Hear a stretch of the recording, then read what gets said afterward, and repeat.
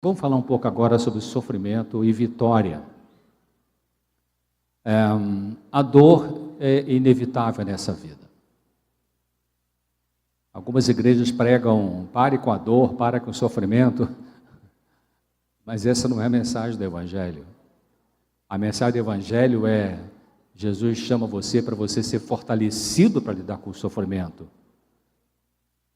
Então, a consequência, o sofrimento pode ser consequência de erros e escolhas ruins que nós fazemos.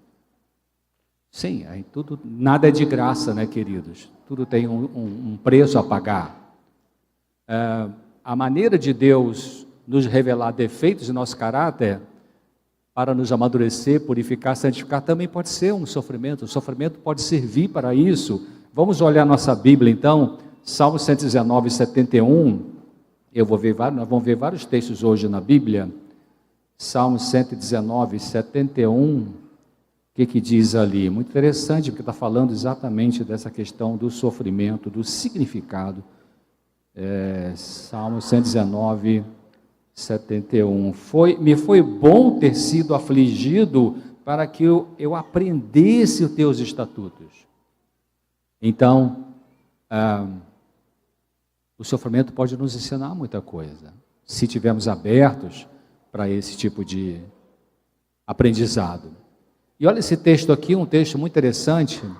O Senhor considera nossas aflições, graciosa e distintamente Ele as limita e as distribui. Interessante, né? Como se falasse assim, Deus se afasta um pouquinho, deixa aquele cara que foi expulso do céu machucar um pouquinho você, com 10 miligramas de tristeza, com 15 miligramas de angústia, com 22 miligramas de pânico. Não é que Deus manda, queridos, Deus não manda doença para as pessoas. Se você ainda vem aqui, quarta-feira, de oração, e diz: Senhor, irmãos, eu quero pedir que os irmãos orem por mim, porque eu estou com uma doença ABC ou D, e Deus mandou essa doença para me provar, então, por favor, orem por mim. Ei, alô? Essa pessoa que diz isso não conhece Deus ainda da maneira real. Deus não manda doença para as pessoas. Deus se afasta, porque você diz: deixa comigo, e aquele cara vem e começa a machucar você. A natureza de Deus é consertar, é corrigir, é curar, é disciplinar, é repreender, mas sempre no sentido de cura,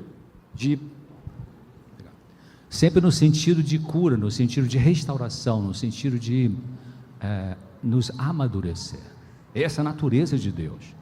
Então, essa autora fala assim: como um refinador de prata, ele, Deus, nos observa a cada momento até que a purificação seja completa. A fornalha serve para purificar e refinar, não para destruir e consumir. Ele está observando para conceder, quando for mais necessário, novas e frescas bênçãos, força no momento de fraqueza, auxílio na hora de perigo, amigos na hora de solidão, simpatia humana e divina na hora da tristeza. Então, olha a atitude que Deus tem quando você está sofrendo. Ele está pensando: como é que eu posso, deixa eu ver como é que eu posso ajudar essa pessoa. Para o que essa pessoa já está pronta para receber ajuda? Porque às vezes você sofre, mas não está pronto para ter a cura. Nem sempre quando a gente vai ao médico, a gente quer a cura. Cura é diferente de tratamento de sintoma. A maioria das pessoas querem tratar o sintoma, mas não quer a cura. A cura é mais profundo. A cura vai além do sintoma. O sintoma é a ponta do iceberg. O sintoma é a defesa. O sintoma é o alarme. Qualquer sintoma: dor de cabeça, má digestão, pânico, depressão, tristeza, angústia, irritabilidade, insônia, obesidade, anorexia nervosa, dependência química, isso é sintoma. Todos esses sintomas estão dizendo, é a luz vermelha que acendeu no painel da sua vida, dizendo: ei, o que está acontecendo comigo? O que eu estou fazendo com o que eu como, com o que eu faço com o meu corpo, com o que eu faço com a minha cabeça, com meus pensamentos? Por isso que Ellen White define doença. A doença, a gente não aprende essa definição. Eu sei que tem alguns médicos aqui. Essa definição não é ensinada na faculdade de medicina. Não aprendi isso na faculdade de medicina. A doença, Deus inspirou essa mulher para escrever essa frase assim: a doença é o esforço da natureza para tentar se libertar das consequências da violação das leis da saúde. Então a depressão, por exemplo, ela tem um artigo que eu escrevi, depressão, que mais além da medicação.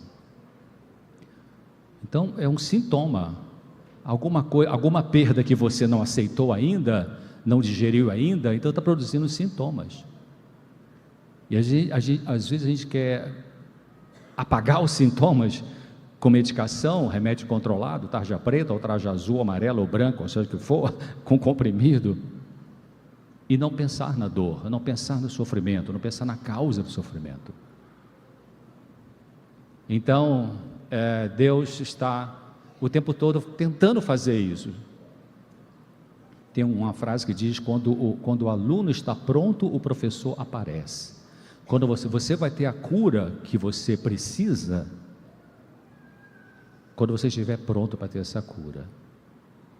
Às vezes demora 3 cirurgias, 2 casamentos, 5 internações de UTI, 2 demissões do emprego, para finalmente você estar com a mente aberta, para então Deus falar assim: cara, eu estou há 22 anos tentando falar com você esse tipo de coisa aqui, mas que bom que agora você finalmente abriu o seu coração para aprender.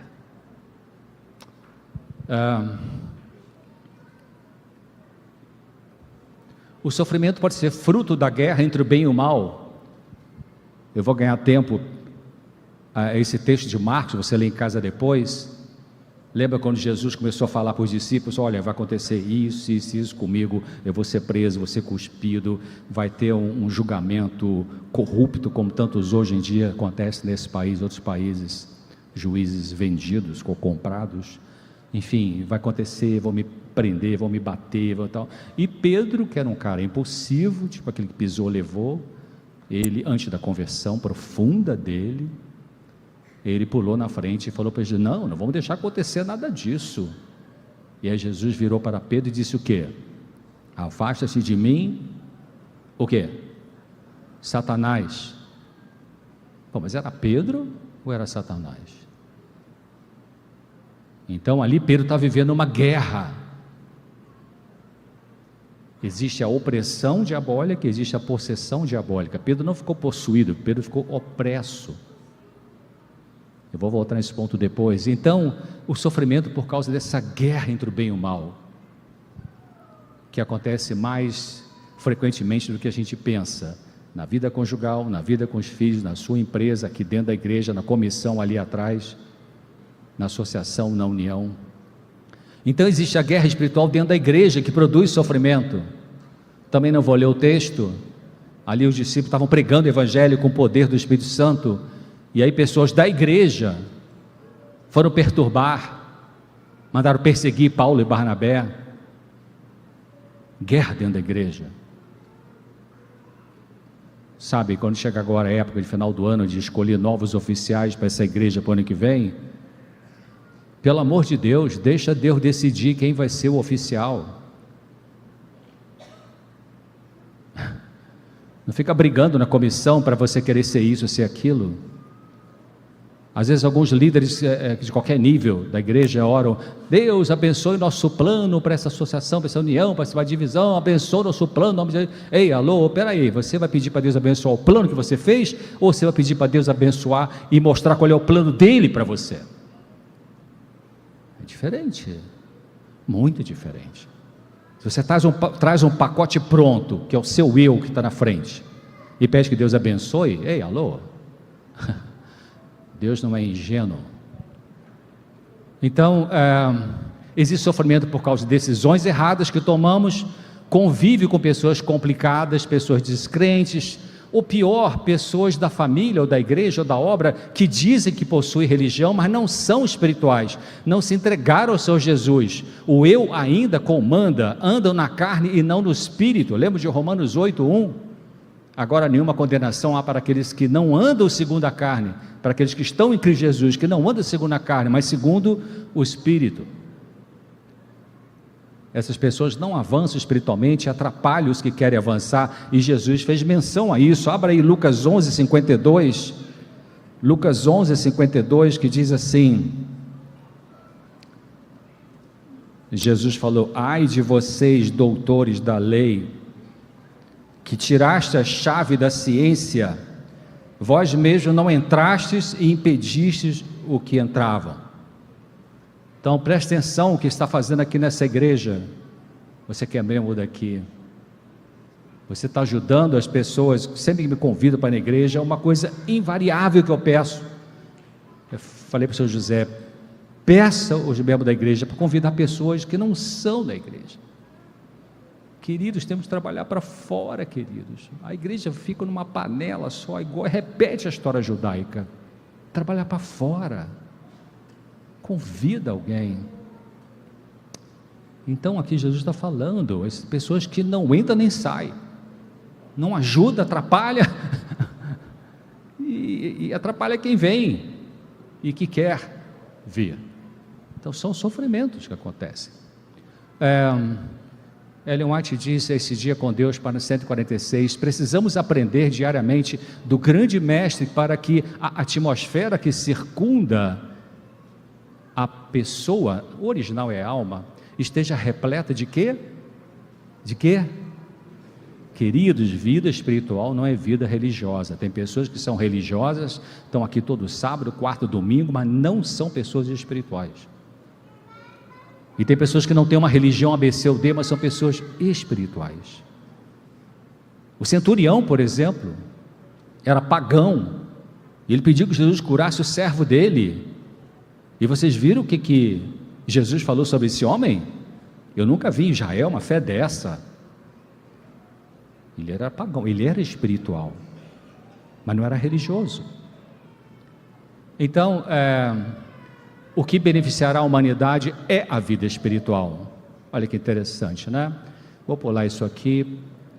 Esse é um bom livro do Hans King, Freud e o conceito de religião, em que ele fala ali, o que produz a neurose hoje em dia não é a repressão sexual, que na verdade nunca era, a realidade era essa, mas é a repressão da espiritualidade. Então, o sofrimento também pode ser relacionado com testes que o Senhor permite em nossa vida para nosso amadurecimento. Teste que o Senhor o quê? Permite acontecer. Também fruto da guerra espiritual e não de erros ou pecados nossos. A gente acabou de estudar aí, né? Membro da igreja da escola sabatina, a nossa luta não é contra a carne e o sangue, a guerra espiritual. Está em tudo, queridos. A roupa que você decidiu colocar hoje tem a ver com a guerra espiritual entre o bem e o mal. Você ainda pensa que os problemas do seu casamento, ou da sua família, ou do seu trabalho, ou da igreja, são só ligados a questões psicológicas ou administrativas? Tem a guerra espiritual em cima disso. Para Jesus era claro isso aí, claríssimo. Tanto que a Bíblia fala assim, ele sabia o que havia no coração do homem. E ele falava assim, agora se aproxima o príncipe desse mundo e ele nada tem em mim. Era muito nítido, Jesus percebia bem essa questão. E quando a gente vai ficando mais amadurecido pelo Espírito de Deus, você vai percebendo quando essa guerra começa a acontecer. Ou você ser empurrado para aquele cara para brigar em casa, com teu filho, com a tua mulher, com o teu marido, você percebe que aquele cara veio te jogar contra a pessoa, ou aquele cara foi jogar a pessoa contra você. A gente começa a ficar mais perceptível dessa questão. Sofrimentos têm a ver com situações incompreensíveis para a nossa limitadíssima capacidade mental. Não temos todas as respostas. Não temos todas as respostas. Só no céu a gente vai ter a resposta para algumas perguntas difíceis relacionadas com sofrimento. Doutora Marília Milan, num artigo chamado Considerações sobre a Psicoterapia Psicanalítica do Paciente Deprimido, da revista da Associação Brasileira de Psiquiatria, Associação Psiquiátrica da América Latina, ela fala assim, não conheço nenhuma medicação que consiga suprimir, ou seja, acabar, cabalmente os sentimentos de angústia inerentes ao existir humano. Então existe uma angústia que Os filósofos chamam de angústia existencial, que eu e você temos, todo mundo tem, Bill Gates tem, Elon Musk tem, Klaus Schwab tem, fora a economia mundial, Ellen White tinha, João tinha, Pedro, Tiago, André. Angústia existencial, porque entrou o pecado no mundo.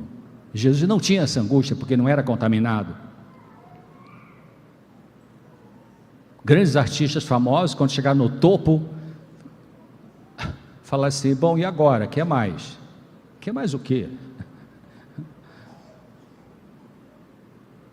Angústia existencial. Então, para essa angústia não é Rivotril, queridos. Nem escitalopram, nem fluoxetina, sertralina, duloxetina, essa turma toda. É o joelho no chão, pedir o poder de Deus para Ele dar força para você lidar com essa angústia que só vai ser eliminada quando Jesus fizer nova todas as coisas. Então, saúde mental não é a ausência de experiências dolorosas, mas é o aprendizado e o amadurecimento no lidar com pensamentos e sentimentos dolorosos. A gente precisa aprender isso. Eu parei com o consultório no início de 2020 para me dedicar à psicoeducação, educação, saúde mental por rádio, TV, palestra, artigos. A gente aprende tanta coisa na vida, mas lidar com a nossa emoção é difícil mesmo, não é fácil. Grande conhecimento é conhecer a si mesmo, diz Ellen White. Então, doutora Lee Wayland, psiquiatra da Universidade de Harvard, anos atrás troquei, ela já morreu, poucos anos atrás, infelizmente,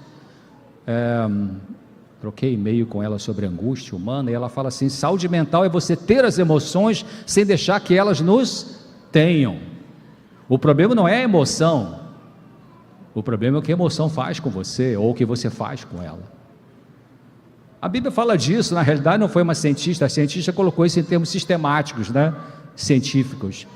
Lá em Efésios, quando Deus inspirou Paulo a escrever aquela frase que diz: irai-vos e não pequeis, quer dizer, tenha raiva, mas não deixa a raiva de levar você a fazer besteira, machucar as pessoas, machucar você mesmo, porque você ainda não aprendeu a lidar com a sua emoção. Quando o Senhor Jesus disse: Pai, por que me abandonaste? Ele tinha perdido a fé dele? Não, ele estava expressando o sentimento. Saúde mental tem muito que ver com a gente também saber expressar, que significa falar, e sentir o sentimento original. Porque sentir a dor dói, e a gente faz muita coisa para não sentir a dor que dói, e aí pode entrar um monte de coisa. Desde cocaína, maconha, sexo, compra, jogo, trabalho, comida, medicamentos tarja preta. Mas o caminho da recuperação emocional precisa passar pela experiência da dor, e Jesus prometeu que não vai deixar que você e eu tenhamos uma dor maior do que podemos suportar. Ter aquela dor que a gente precisa vivê-la para ela poder ir embora. Sempre que você tem uma dor emocional que você bota embaixo do tapete e não fala mais dela, ou anestesia com uma dessas coisas que eu falei, álcool, enfim, compras e tudo isso, essa dor não vai embora, ela apenas fica empurrada com a barriga, ela vai voltar depois. Então quando Jesus disse: Pai, por que me abandonaste? Ele estava expressando a dor, que é uma maneira de você se aliviar. Falar ajuda a aliviar.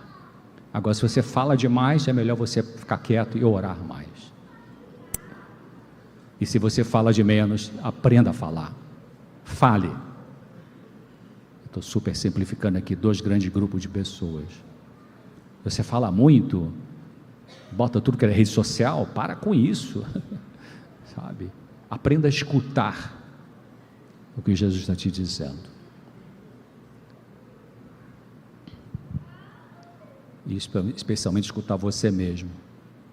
Então, tem até uma música, anos atrás, eu não era adventista ainda, no Rio de Janeiro tinha o Festival da Música Popular Brasileira, no Maracanãzinho, e teve uma música que ganhou naquele ano, e que dizia, um pedaço da letra falava assim: eu não posso parar, se eu paro eu penso, se eu penso eu choro.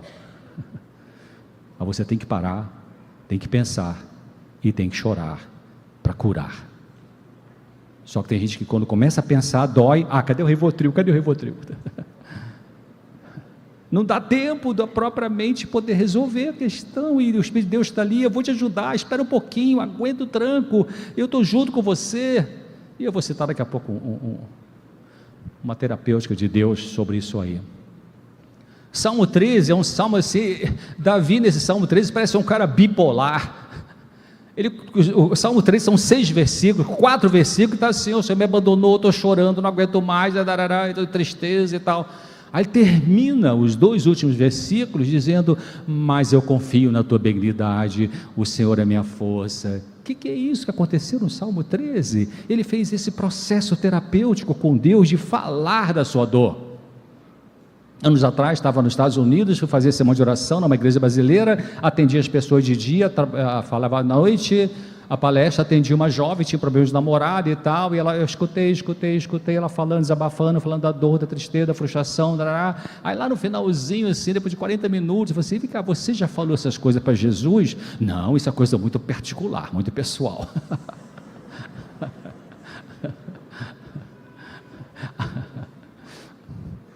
Comece com Jesus, queridos. Hoje em dia está um excesso de terapia. A Darli escutou uma palestra minha, ela ficou tão empolgada que ela me convidou. Agora, terça-feira passada, gravamos, acho que vai ao ar no consultório de família, não sei se é essa terça ou a outra, em que trabalhamos esse assunto no programa. Primeiro de tudo, fale com Deus sobre o seu problema. Não falou que procurar um profissional de saúde mental, e eu falo com muito conforto, porque eu sou profissional de saúde mental. Se Deus achar que vai curar direto com você, usando o que Ele quer, Ele vai curar, ponto. Se Ele achar que você precisa de um profissional, Ele vai, de certa forma, te indicar isso também, mas não comece logo de cara: tem que ter alguém para resolver meu problema. Tem que esse alguém é o Espírito de Deus, queridos. Ele é poderoso. Ele não substitui realmente, em alguns casos que precisa de atendimento profissional. Eu não estou sendo fanático em relação a isso, mas nós pulamos para esse extremo aqui, né? A igreja pulou muito para esse extremo de coaching e terapia para lá para cá, sabe? E Jesus está ali assim: você quer minha ajuda ou você não quer minha ajuda? Você já falou para Ele? Não, é muito particular.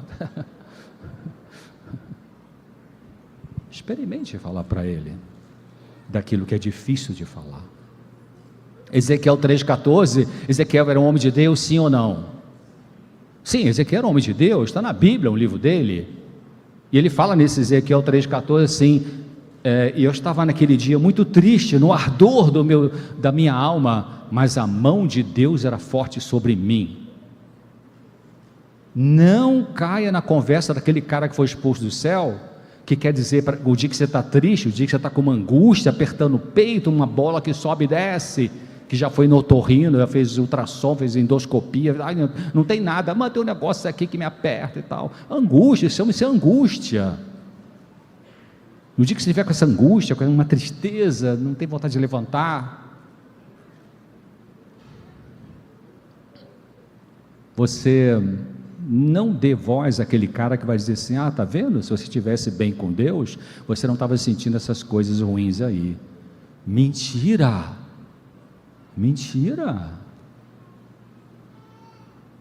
Fé não é sentimento. Os cristãos sinceros, verdadeiros, honestos, fiéis, têm angústia, têm tristeza.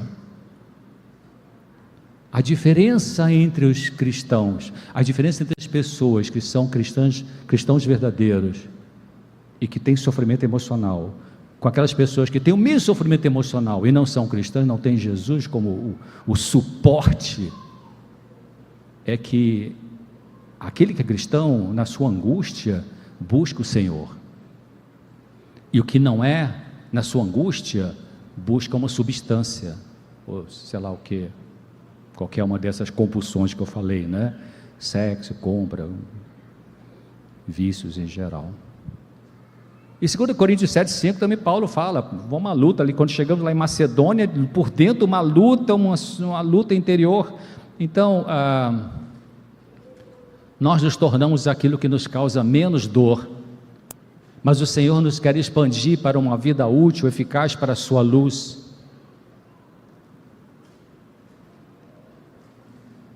E eu estava no hotel e pensei, bom, vou mais uma vez para uma igreja, vou falar na igreja. Por que eu vou lá falar nessa igreja? E por que as pessoas vão lá nessa igreja? O que vocês vieram escutar aqui? Sabe? Ou você veio no automático?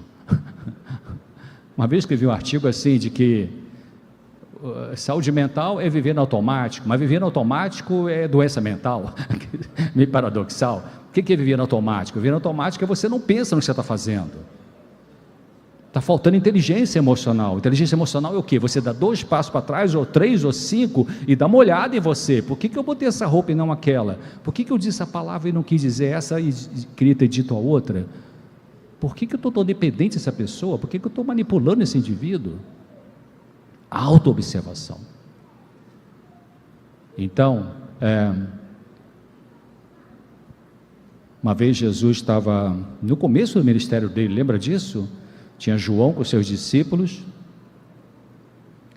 e aí João falou assim, este é o Cordeiro de Deus que tira o pecado do mundo, segue ele, eu não sou digno de desatar a correia da sandália. Lembra disso que ele falou? Aí alguns começaram a seguir Jesus, e quando alguns, está no relato, olha no Evangelho de João, quando alguns começaram a seguir Jesus, Jesus parou, percebeu que tinha alguém seguindo ele, parou, virou para trás e perguntou, o que vocês estão buscando?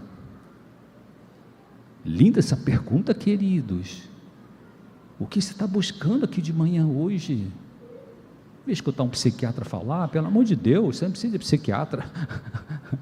Ou vocês vieram escutar a voz de Deus, a voz do Espírito, para ter poder daquela porta para fora.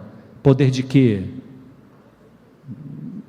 De ter sua vida melhorada, de passo a passo abandonar as medicações que não precisa, talvez, de não ficar manipulando as pessoas em casa, sei lá o que você precisa, não sei.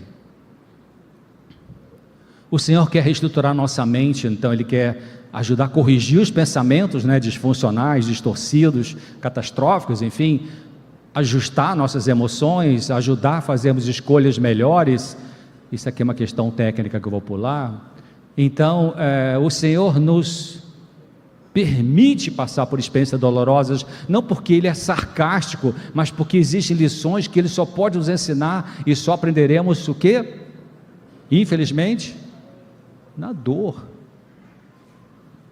Talvez você necessite mudar a pergunta, em função desse sofrimento que está acontecendo na sua vida, mudar a pergunta, em vez de, por que Senhor isso comigo, eu ajudo tanto naquela igreja de Campo Grande, e mudar a pergunta para que Senhor?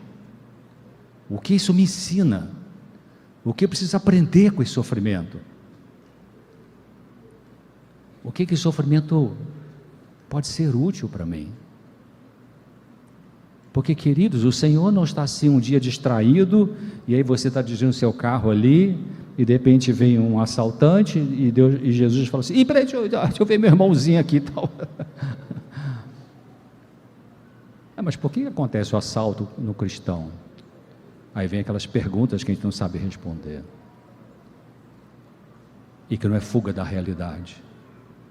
Mas o Senhor está atento o tempo todo. Ellen White fala que a mente de Deus é difusa, e a nossa mente é focal, só focal. A mente humana mais brilhante que tem é focal. O que? Você só consegue ver um pedaço da realidade, muito pequeno por sinal, da realidade nossa e da realidade de fora. Mas Deus está o tempo todo, eu não consigo entender, eu acho maravilhosíssimo isso. 8 bilhões de pessoas nesse planeta, e Deus está agora escutando aquele cara que está no bar, bebendo cerveja, e dizendo, eu sou adventista, mas eu não fui na igreja hoje, vem beber, Deus me ajude, e Deus está ali com ele agora, esse cara, eu vou te ajudar, e está aqui agora ajudando você e eu, ao mesmo tempo, como se existisse só você e eu, e ele, esse indivíduo que está lá. Então, Será que só o sofrimento nos aproxima mais de Deus? As crianças orando, olha que coisa linda, né? Faço uma oração pensada, queridos. E eu me recuso a fazer oração que não seja pensada. Eu prefiro não orar. Pensa no que você está dizendo para Deus. Use palavras conscientemente, com consciência. Ensina a criança no caminho que deve andar, né? Aí minha filha ensinando o meu netinho a botar a mãozinha para orar, e o vovô ali orando com o pequenininho. Então, o Senhor está perto do Senhor. Isso é o mais importante, queridos. O mais importante da minha, da sua vida, é estar perto do Senhor. Lucas capítulo 10, versículo 20, diz assim, Jesus falando: mas não vos alegreis porque os espíritos se sujeitam, porque se vos sujeitam os espíritos, mas alegrai-vos antes por estarem os vossos nomes escritos nos céus. Fique alegre, porque você está conectado com Jesus e o teu nome está lá no livro do céu. Cara, isso é muito significativo, queridos. Faz muito sentido eu e você estarmos aqui dentro desse templo hoje, queridos. Eu vejo a família super católica, graças a Deus até certo ponto. Conhecia o Evangelho na faculdade de Medicina no Rio de Janeiro, fumava, bebia, fazia besteirada toda. E Deus foi lá me puxar. Então, eu vou pular aqui algumas coisinhas. Deus pode colocar você num relacionamento em que você não consegue amar. Você está vivendo isso? Deus permitiu que aconteça um relacionamento na sua vida, que você, cara, como é que eu vou amar essa pessoa? Eu sou cristão, eu tenho que amar, mas eu não consigo mais amar. Ou você perdeu o amor pelo seu cônjuge, perdeu. E Ellen White fala, se o amor não é nutrido, ele acaba mesmo. E aí como é que você vai lidar? E agora?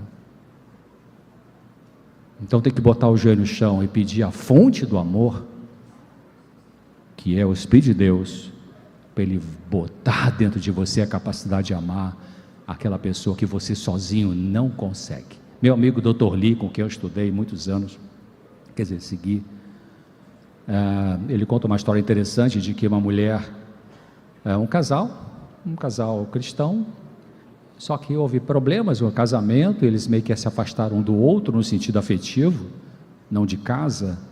E o marido então, como cristão, falou: Deus, eu preciso, como ele começou a orar para Deus restaurar o relacionamento dele com a esposa e voltar a colocar o amor dentro dele por ela, mas ela não sentia essa necessidade, muito não.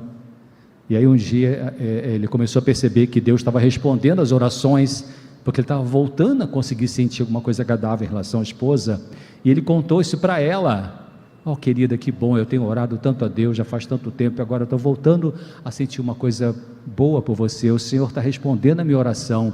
Aí ela fez assim, botou a mãozinha assim, como algumas mulheres fazem, assim. Mas você não consegue amar a mim mesmo por causa de você, não é?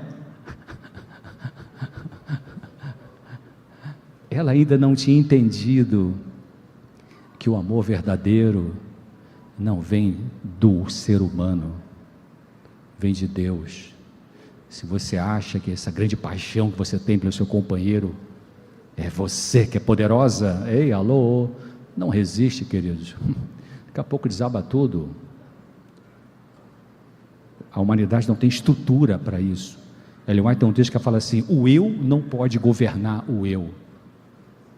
Coisa interessante, precisamos de um poder superior para estruturar o nosso eu. E aí sim, a gente sair de Romanos 7, que é o capítulo psicanalítico da Bíblia, o que eu quero fazer não faço, o que eu não quero eu faço, e entra no 8, agora nenhum problema, nenhuma condenação há para aqueles que estão em Cristo Jesus, que não andam mais segundo esse eu, que acha poderosa para amar todo mundo, ter paixão e tal, mas anda segundo o Espírito. Então, você já está em lugares celestiais, é coisa linda, isso aqui é espiritualidade, queridos. Quando Paulo fala ali, Deus vos transportou para o reino do Filho do seu amor, Paulo não está falando ali, Deus não está falando ali para mim, para você, quando Jesus voltar, está falando agora, aqui, agora, último dia de setembro de 2023, Igreja Adventista Central de Campo Grande. Eu transporto você para o reino do Filho do seu amor. O que é isso? Isso é religião e espiritualidade, queridos. Se a gente não experimenta isso, você vai achar a religião meio enfadonha. Você vai ficar talvez cansado, você vai ficar doido para chegar, terminar o pôr do sol e comer pizza. O amor difundido por Cristo por todo o ser é um poder vitalizante. Olha, o amor difundido por Cristo por todo o ser, não é aquela paixão feminista, maluca, baseada em raízes socialistas, comunistas. Todo órgão vital, o cérebro, o coração, os nervos, esse amor de Cristo toca transmitindo cura. Por ele são despertadas as mais altas energias do ser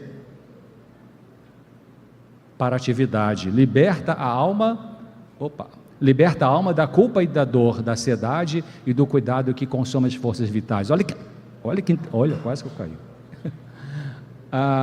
Liberta a alma, né? O profundo da pessoa, da culpa, da dor, de quê? Da ansiedade. Eu achava que era só esse Talopram, que era só Lexotan, que era só o Prazolam, o Apraz 05.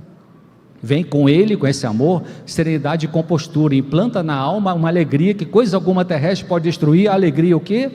No Espírito Santo, a alegria que comunica o quê? Saúde e vida. Não é uma alegria falsa desses artistas por aí, do oba-oba, é pé no chão.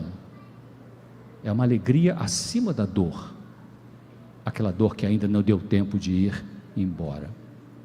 Então, a religião de Cristo cura o sofrimento, mas qual é a religião de Cristo que cura o sofrimento, queridos?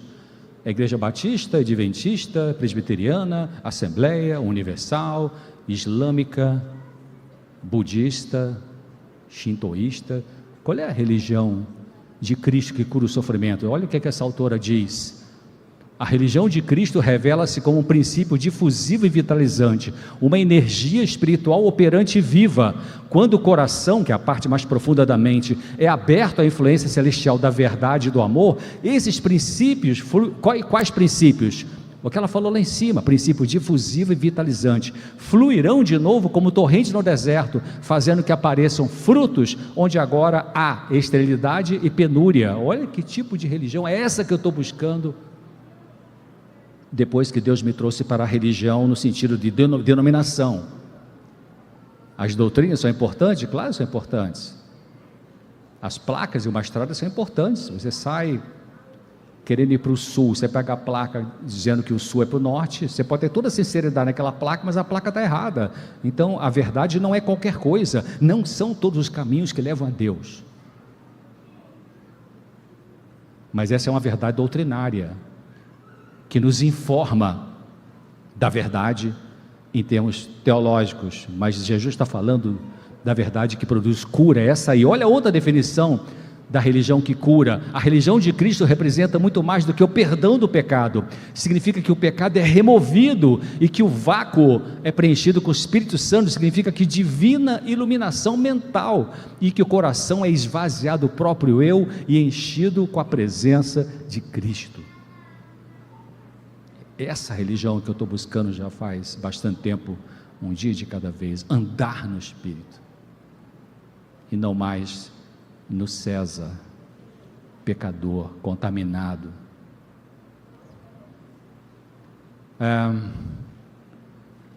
Maria Lombardi é uma jovem, eu li esse artigo anos atrás, 2015, uma jovenzinha, escreveu um artigo lindíssimo, uma menina muito pé no chão. Ela falou assim: Deus não promete que atenderá a todos os nossos desejos se suportarmos as provações. Às vezes temos lições difíceis a aprender, que nem sempre incluem o resultado que esperávamos. Sim, nem sempre acontece o que a gente queria. Eu estou para ler um livro que foi lançado por acho que um psicólogo, psiquiatra evangélico, eu não consegui ler ainda, comprar. Tem aquele salmo que diz, né, a dor pode durar uma noite, mas de manhã vem a tristeza pode durar uma noite, mas de manhã vem a alegria. Mas o título do livro é mais ou menos assim: mas e quando a alegria não vem de manhã? Porque às vezes não vem, não é verdade? Isso quer dizer que Deus não cumpre sua palavra?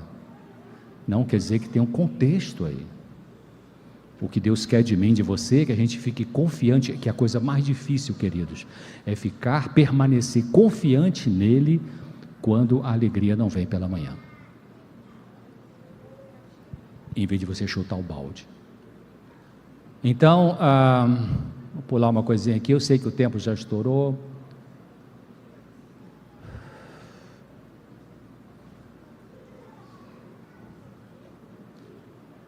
Salmo 91, 15, abra sua Bíblia. Essa é uma receita de Deus para mim e para você nessa manhã. Salmo 91, 15. Tem 5 passos ali terapêuticos que Jesus nos convida para fazer com Ele hoje, amanhã, depois de amanhã de novo, um dia de cada vez, todos os dias. Salmo 91, 15, ele fala assim, Deus está falando para mim e para você, ela me invocará. Primeiro passo, né? Você procura Deus. Segundo, eu vou responder a sua oração. Terceiro, eu vou estar com você na sua angústia. Quarto, eu vou te livrar. E quinto, quando Jesus voltar, eu vou te glorificar. Percebe? Jesus é realista e não fala assim, me procure que vai ser tudo mil maravilhas. Vai ter angústia, eu vou estar com você nessa angústia. Então,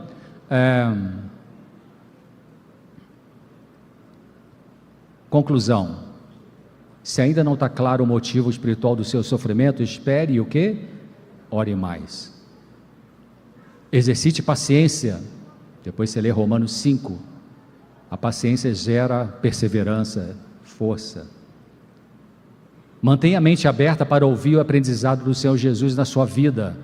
Mente aberta para a verdade de Deus que produz salvação. Eu botei entre aspas porque essa é uma frase de Ellen White. Uma coisa é verdade de Deus que produz informação. É sábado, não é domingo, o homem morre sim, não tem uma alma que sai. Doutrinas é um tipo de verdade. Mas a verdade de Deus que produz salvação, e salvação é a mesma coisa que cura, é a religião prática de Jesus. Então, vou pular isso aqui. Unicamente quando a verdade chega ao coração, que é a parte mais profunda da mente, acompanhada pelo Espírito, vivificará a consciência e transformará a vida.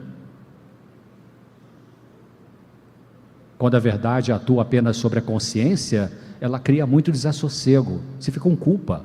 Mas quando a verdade é convidada para adentrar o coração, o ser todo é levado em cativeiro a Jesus Cristo. Então, eu costumo muitas vezes dizer na minha oração para o Senhor, Senhor, eu autorizo o Senhor entrar na minha mente.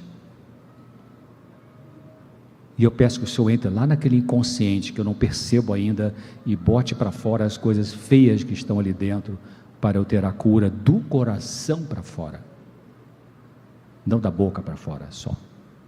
Então,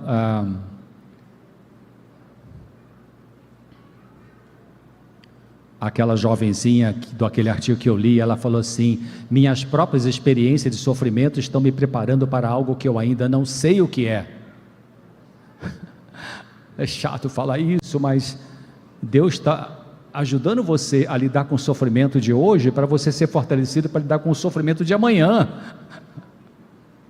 porque vem coisa pesada pela frente, queridos. Essa pandemia foi uma amostra grátis da maldade do mundo.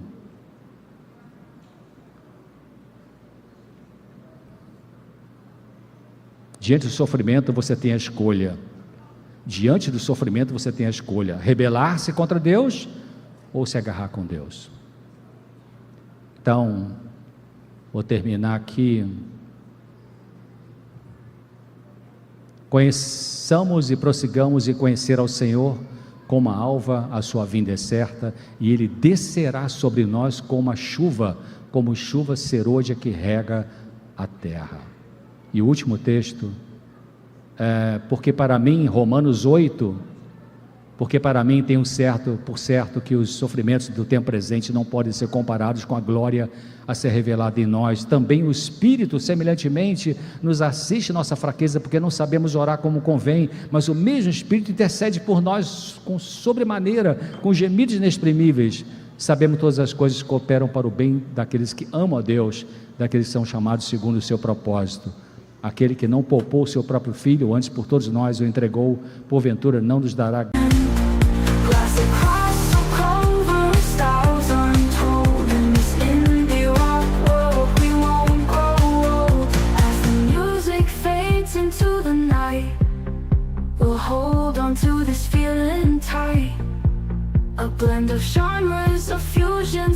pure.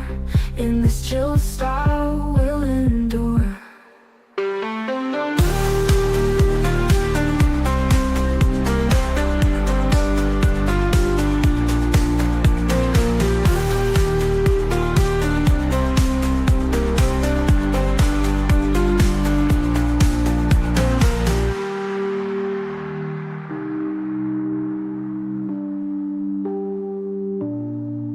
As the music fades into the night, we'll hold on to this feeling tight.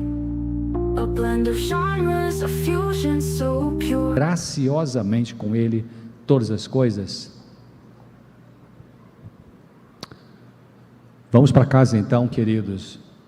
Se você quiser convidar alguém não adventista para vir à tarde hoje, às 4h, vamos estar por aqui. E vou falar um pouquinho sobre o sofrimento e as vantagens também da terceira idade. E eu queria deixar essa mensagem com você. Pega o teu sofrimento, apresenta ao Senhor Jesus como o grande terapeuta da sua vida. Amém.